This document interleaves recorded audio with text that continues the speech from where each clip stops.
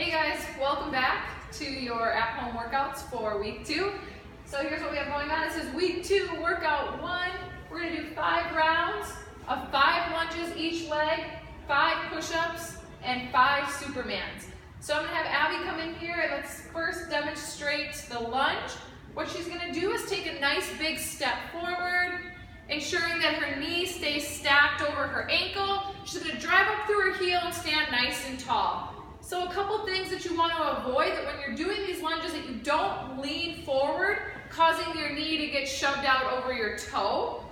So instead what you're going to do is think about breaking this movement into 2 parts. First the step, so Abby's going to take a step, and then you're going to think about just dropping straight down, keeping your chest up. That way your knee stays in a nice safe position, and we're going to drive up through our heel, getting nice glute activation.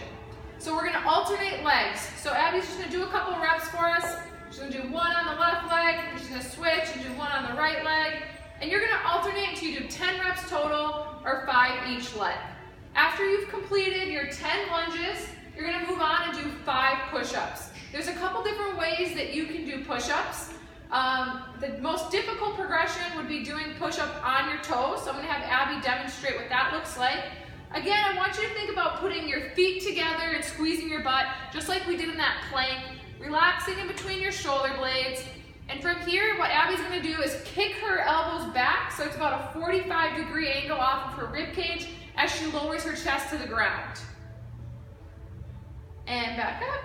Awesome. So that's the most difficult progression.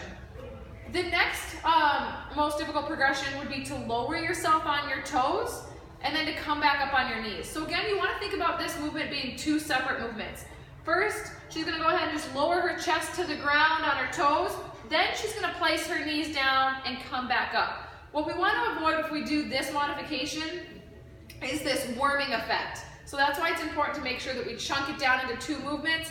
Lowering yourself, making sure that your hip, shoulder, and ankle stay together as 1 unit. So lower yourself on your toes, then put your knees down, and then think about a straight line being in between your knee, hip, and shoulder.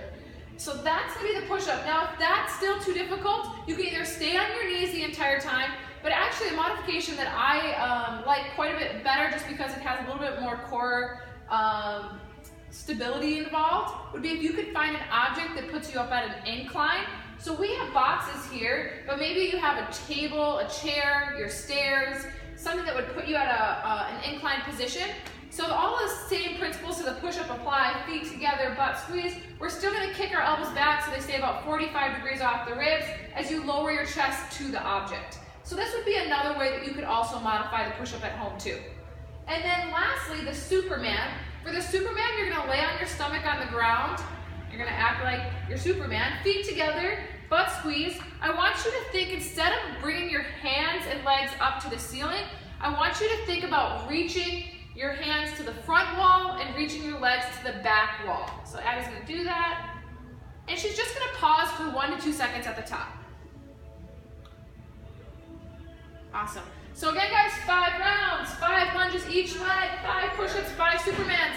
Have an awesome workout at home, and we'll look forward to seeing you for week 2 workout 2. See you guys.